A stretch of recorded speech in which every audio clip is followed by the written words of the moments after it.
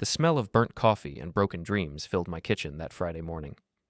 I'm Ethan Cole, 30 years old, software engineer, and apparently the biggest fool in Portland, Maine.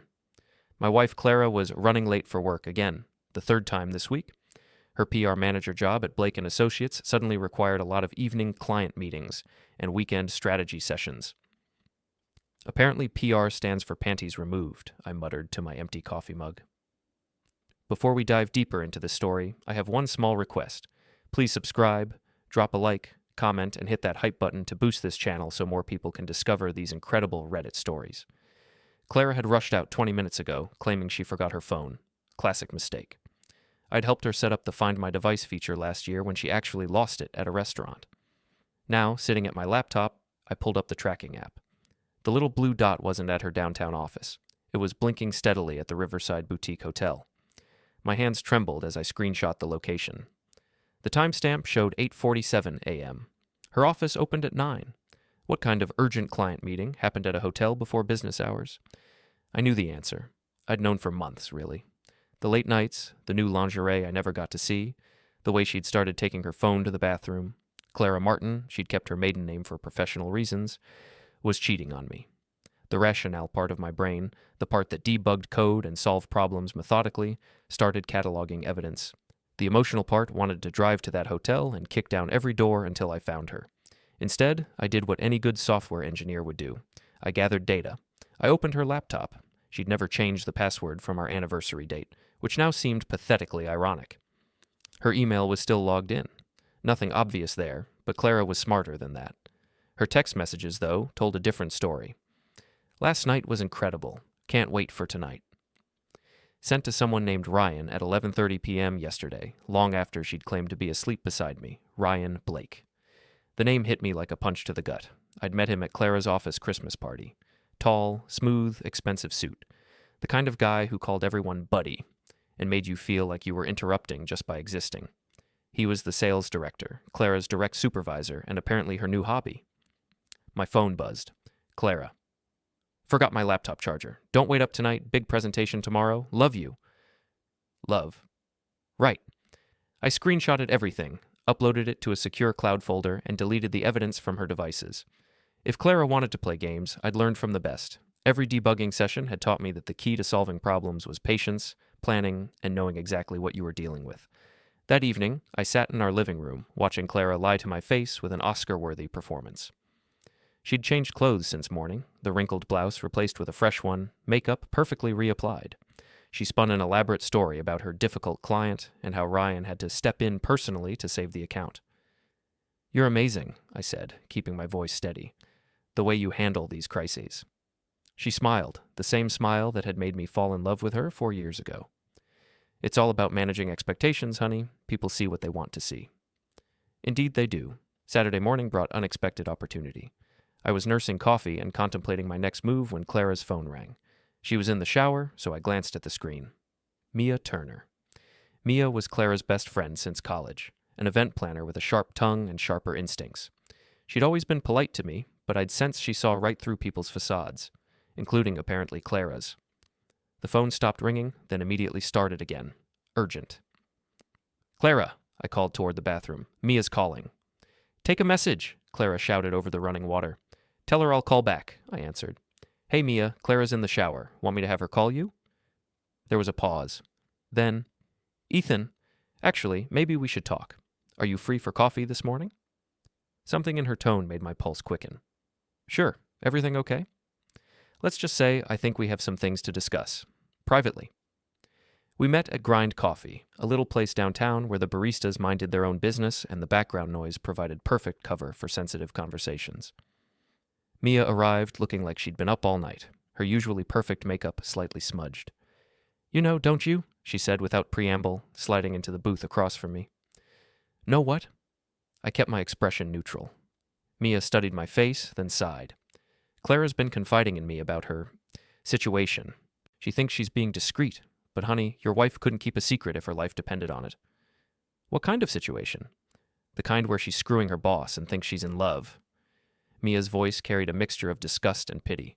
Ryan Blake, 3 months now. She tells me everything. Where they meet, what they do, how alive he makes her feel, makes me sick.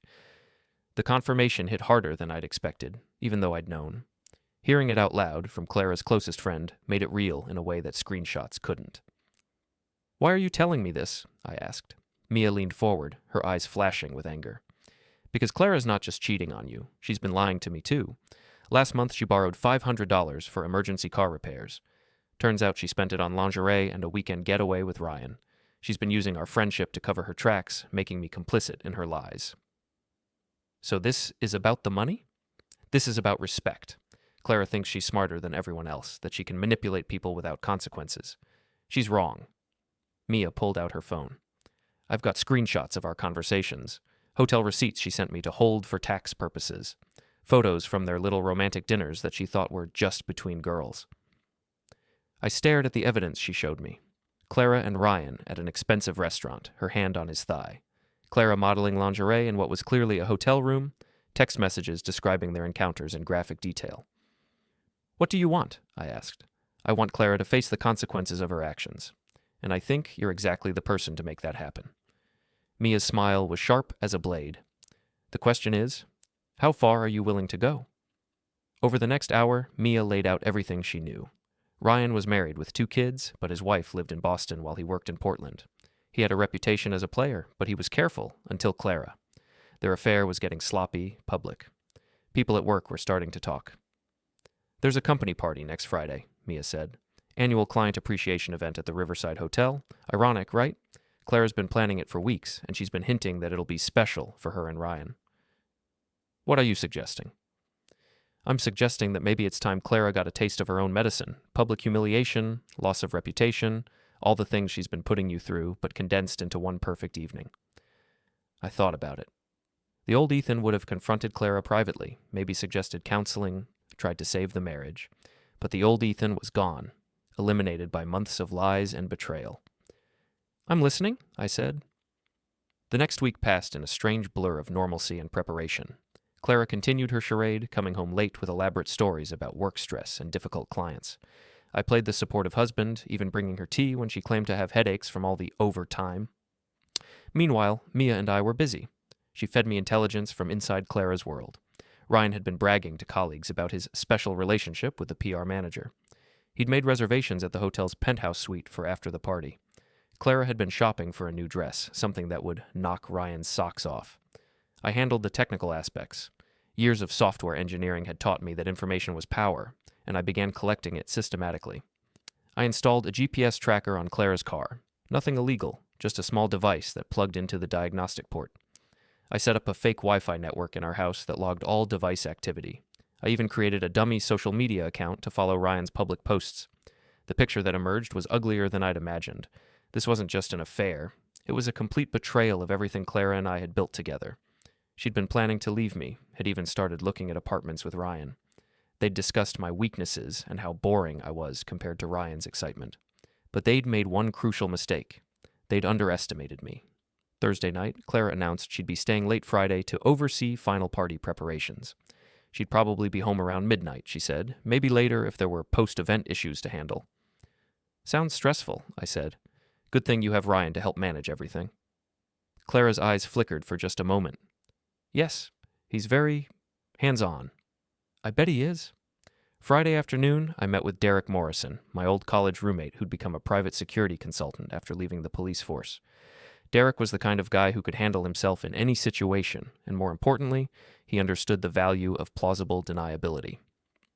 "So, let me get this straight," Derek said as we sat in his truck outside the hotel. "Your wife is cheating with her boss, they're planning to humiliate you tonight, and you want to turn the tables?" "Something like that." "And Mia's helping because Clara screwed her over too?" "Clara's been using Mia as her alibi and emotional dumping ground. Mia's tired of being treated like a convenient tool." Derek nodded slowly. "What exactly do you need from me?" "Backup, witness, someone to make sure things don't get out of hand." "Define out of hand." "No violence. No property damage that can't be explained as accidents. Nothing that leaves us legally exposed. I want Clara and Ryan to face consequences, not create new problems for us." Derek grinned. "Sounds like fun. When do we start?" The Riverside Hotel's ballroom was packed with Portland's business elite, all pretending to enjoy rubber chicken and weak cocktails while networking aggressively. I'd arrived fashionably late, giving Clara and Ryan time to get comfortable before the main event. I spotted them immediately. Clara wore a stunning red dress that I'd never seen before, clearly purchased for Ryan's benefit. They were dancing, his hands lingering on her waist in a way that was just unprofessional enough to draw glances from other guests. Mia appeared at my elbow, elegant in black. They've been like that all evening. Clara keeps looking around to see who's watching. Good. She wants attention. Let's give her some. We moved on to the dance floor, positioning ourselves where Clara couldn't miss us. Mia was a good dancer, and we made an attractive couple. More importantly, we were clearly enjoying each other's company in a way that suggested intimacy. It took exactly 3 songs for Clara to notice. I watched her face change as she saw me laughing at something Mia whispered in my ear. Confusion, then suspicion, then anger. "Ethan?" Clara appeared beside us as the song ended. "What are you doing here?" "Mia invited me. She needed a date for the party, and you said you'd be working all evening." I kept my tone light, innocent. "Hope you don't mind." Clara's eyes darted between Mia and me, looking for signs of betrayal. "Mia, I thought you were bringing that guy from the catering company." "Change of plans," Mia said smoothly. "Ethan's much better company, and such a good dancer." Ryan appeared, his arm possessively circling Clara's waist. "Everything okay here?" "Fine," Clara said tightly. "Ryan, you remember my husband, Ethan?" "Of course. Good to see you again, buddy." Ryan's smile was condescending. "Didn't expect to see you here." Mia thought I needed to get out more. She's been very supportive during Clara's busy period at work. I let the implication hang in the air. Ryan's smile faltered slightly. Clara looked like she wanted to say something but couldn't figure out what. "Well," Mia said brightly, "I promised Ethan I'd introduce him to some people. Clara, didn't you mention that your presentation went really well this morning?" Clara blinked. "What presentation?" "The one you've been preparing for all week? The reason you've been staying so late at the office?" I watched Clara realize the trap. She'd told me about a presentation, but she'd told Mia she was working on party planning. The lies were starting to tangle. "Right," Clara said slowly. "The client presentation." "Which client was that again?" Mia asked innocently. Ryan stepped in. "Actually, Clara's been helping me with some strategic initiatives. Very confidential stuff." "I'm sure it is," I said. Clara's always been good at keeping secrets. The conversation was interrupted by the hotel manager, who approached our group with an apologetic expression. "Excuse me, Mr. Blake. There's an issue with your car in the parking garage. Security needs to speak with you." Ryan frowned. "What kind of issue?" "I think you'd better see for yourself, sir." As Ryan headed for the elevators, I caught Derek's eye across the room. He nodded slightly and followed at a distance. "I should go with him," Clara said. "Why?" Mia asked. "It's his car, not yours. Besides, I wanted to talk to you about tomorrow's brunch plans." "What brunch plans?"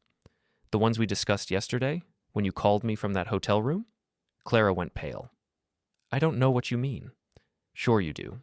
You were very excited about your special evening with Ryan. You told me all about the penthouse suite, the champagne, the—" "Stop." Clara's voice was sharp. "I never said any of that." "Really?" Mia pulled out her phone. "Because I have the recording right here." The red liquid drained from Clara's face as Mia played back Clara's own voice, giddy with excitement as she described her plans for seducing Ryan after the party. Other guests began to notice the commotion, conversations fading as people strained to listen. "Turn that off," Clara hissed. "Why? You seemed so proud of it yesterday." Mia's voice carried clearly across the suddenly quiet ballroom. "You said Ethan would never suspect because he's too trusting, too naive to see what's right in front of him." I stepped closer to Clara, my voice low but audible to the growing crowd of eavesdroppers. "The thing is, Clara, I'm not as naive as you think. I know about the hotel receipts. I know about the lingerie purchases. I know about the apartment hunting with Ryan." Clara's mouth opened and closed like a fish. "Ethan, I can explain?" "Explain what? How you've been lying to me for months? How you've been using Mia to cover your tracks? How you and Ryan have been laughing about what a fool I am?" The elevator dinged, and Ryan emerged, his face flushed with anger. "Someone vandalized my car. They keyed the paint and slashed the tires." "That's terrible," I said with mock concern. "Did they leave a message?" "Yeah, they spray-painted cheater across the windshield. Security's reviewing the cameras now." The crowd murmured, putting pieces together. Clara looked like she wanted to disappear. "Well," Mia announced loudly, I think that's our cue to leave. Ethan, ready for that nightcap at your place? As we walked toward the exit, I heard the whispers starting behind us. By Monday morning, everyone in Portland's business community would know about Clara and Ryan's affair, their public humiliation, and their professional misconduct. But we were just getting started. Clara didn't come home that night. I wasn't surprised. She was probably holed up somewhere with Ryan, trying to figure out how to salvage their reputations. What she didn't know was that I'd spent the evening preparing for the next phase. Derek had done excellent work. The vandalism to Ryan's car was actually washable paint and temporary tire deflation. Dramatic, but not permanent. The security cameras had mysteriously malfunctioned during the crucial time period, thanks to Derek's knowledge of the hotel's systems. More importantly, Derek had planted listening devices in Ryan's hotel suite before the party. We now had recordings of Clara and Ryan's panicked conversations about damage control, their plans to blame everything on misunderstandings, and their decision to accelerate Clara's departure from our marriage. Saturday morning, Clara finally called. "Ethan, we need to talk." "I agree. Come home." "I don't think that's a good idea. Maybe we could meet somewhere neutral." "Home, Clara, 1 hour, and bring Ryan." "Why would I?" "Because if you don't, I'm calling Ryan's wife in Boston and playing her the recordings from last night. Your choice." The line went silent. They arrived 57 minutes later, both looking like they'd slept in their clothes. Clara's eyes were red from crying, and Ryan kept glancing around nervously as if expecting an ambush. I met them at the door with coffee and pastries, playing the perfect host. Come in. We have so much to discuss." We sat in the living room where Clara and I had spent countless evenings watching movies and planning our future. Now it felt like a courtroom. "Ethan," Clara began, "I know how this looks. It looks like my wife has been sleeping with her boss for 3 months while lying to my face every single day." My voice was calm, conversational. "But please, tell me how it really looks." Ryan cleared his throat. "Look, buddy, emotions are running high here. Don't." I turned to face him fully. "Don't call me buddy. Don't pretend we're friends. Don't act like this is some misunderstanding between gentlemen. You've been screwing my wife in hotel rooms and laughing about what a pathetic cuckold I am. Own it." Clara flinched. "We never said—" "You never said what?" I pulled out my phone and played back their conversation from the hotel suite. Their voices filled the room, discussing how to manage Ethan and whether I'd be difficult about the divorce. "That's illegal recording," Ryan sputtered. "Actually, it's not. Maine is a one-party consent state, and Mia was in the room when you said these things. She consented to the recording." I smiled. "I've done my research." Clara was crying now, mascara streaming down her cheeks. "Ethan, please, I never meant for it to happen this way." "How did you mean for it to happen? Were you planning to tell me before or after you moved in with Ryan?" "How did you—" "The apartment applications, the credit checks, the utility transfers. You've been planning this for weeks, Clara. The only thing you didn't plan for was getting caught." Ryan stood up abruptly. "This is bullshit. Clara, we don't have to sit here and take this." "Sit down, Ryan." My voice carried an edge I'd never used before. "We're not done. You can't tell me what to—" Derek stepped out of the kitchen, where he'd been waiting. "Actually, he can. This is his house, and you're trespassing. I'd sit down if I were you." Ryan looked at Derek's imposing frame and slowly lowered himself back onto the couch. "Now then," I continued, "let's talk about consequences. Clara, you violated your company's ethics policy by having an affair with your supervisor. Ryan, you've created a hostile work environment and exposed the company to potential lawsuits. Both of you have committed professional misconduct that could end your careers." "You can't prove anything," Ryan said weakly. I opened my laptop and showed them the screen. Hotel receipts charged to company accounts, expense reports for client dinners that were actually romantic dates, text messages sent during work hours discussing personal matters, email exchanges using company servers. Oh, and let's not forget the security footage from yesterday's party. Clara's face went white. "What security footage?" "The hotel's cameras caught some very interesting moments between you and Ryan. Nothing X-rated, but definitely not professional. I'm sure your HR department would find it fascinating." "What do you want?" Ryan asked. "I want you gone, both of you. Clara, you're going to file for divorce on grounds of irreconcilable differences. You'll ask for nothing. No alimony, no property division, nothing. Ryan, you're going to resign from Blake & Associates and leave Portland, permanently." "And if we don't?" Clara's voice was barely a whisper. "Then I release everything. The recordings, the photos, the financial records, the hotel footage. I send it to your bosses, your colleagues, your families, and every business contact in your phones. Your reputations will be destroyed, your careers will be over, and everyone you know will see exactly what kind of people you really are. The room fell silent, except for Clara's quiet sobbing. You have until Monday to decide, I said. But Clara, you're not staying here tonight, or any other night. Get your things and go. Monday morning brought exactly what I'd expected. Clara's resignation letter arrived in my email at 8:47 a.m., along with divorce papers that gave me everything I'd asked for. Ryan's resignation from Blake & Associates was announced in a company-wide memo citing personal reasons and new opportunities out of state. But I wasn't finished yet. That evening, I met Mia at Murphy's Pub, a dive bar downtown where Portland's business crowd went to drown their sorrows and share gossip. Word of Clara and Ryan's spectacular downfall had already spread through the professional community like wildfire. You know, Mia said, raising her beer, I almost feel sorry for them. Almost? Then I remember how Clara used me to cover her lies, and the feeling passes. She grinned. Besides, you're not done yet, are you? What makes you say that? Because I know you, Ethan Cole. You're thorough. You don't leave loose ends. She was right. Clara and Ryan had slunk out of town with their tails between their legs, but they hadn't really faced the full consequences of their actions. They'd lost their jobs and their reputations in Portland, but they could rebuild elsewhere. That wasn't enough. Derek found something interesting, I said. Ryan's been claiming his resignation was voluntary, telling potential employers that he left for better opportunities. He's already got interviews lined up in Boston. And Clara? She's staying with her sister in New York, telling people our marriage ended because I was controlling and jealous. She's positioning herself as the victim. Mia's eyes flashed. Seriously? After everything she did? People believe what they want to believe. Clara's always been good at playing the victim when it suits her. So what's the plan? Before I could answer, the pub's door swung open, and Clara walked in. She looked around nervously, spotted us, and approached with the hesitant steps of someone walking into a trap. Ethan? Mia? I didn't expect to see you here. Clara. I kept my voice neutral. I thought you'd left town. I'm leaving tomorrow. I wanted to say goodbye. To apologize. Apologize? Mia's voice was sharp. For which part? The cheating, the lying, or the part where you're telling people Ethan was abusive? Clara's face flushed. I never said he was abusive. You told your sister he was controlling and possessive. You implied he was emotionally unstable. You're rewriting history to make yourself look better. That's not... Clara looked around the pub, realizing that other patrons were watching the drama unfold. Can we please not do this here? Why not? I stood up, my voice carrying clearly through the suddenly quiet bar. You didn't have any problem humiliating me in public when you were screwing Ryan. Why should I give you privacy now? Clara's eyes filled with tears, the same manipulation tactic she'd used throughout our marriage. Ethan, please. I know I made mistakes. Mistakes? I laughed, but there was no humor in it. Clara, you had a 3-month affair with your boss. You stole money from Mia to fund your romantic getaways. You planned to leave me without a word and take half of everything I'd worked for. Those aren't mistakes. They're choices.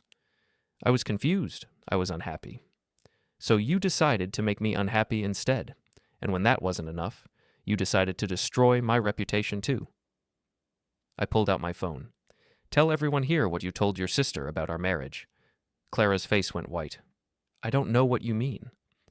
Tell them how I was controlling, how I was possessive, how I drove you into Ryan's arms because I was such a terrible husband. The pub had gone completely silent. Even the bartender had stopped washing glasses to listen. I never said...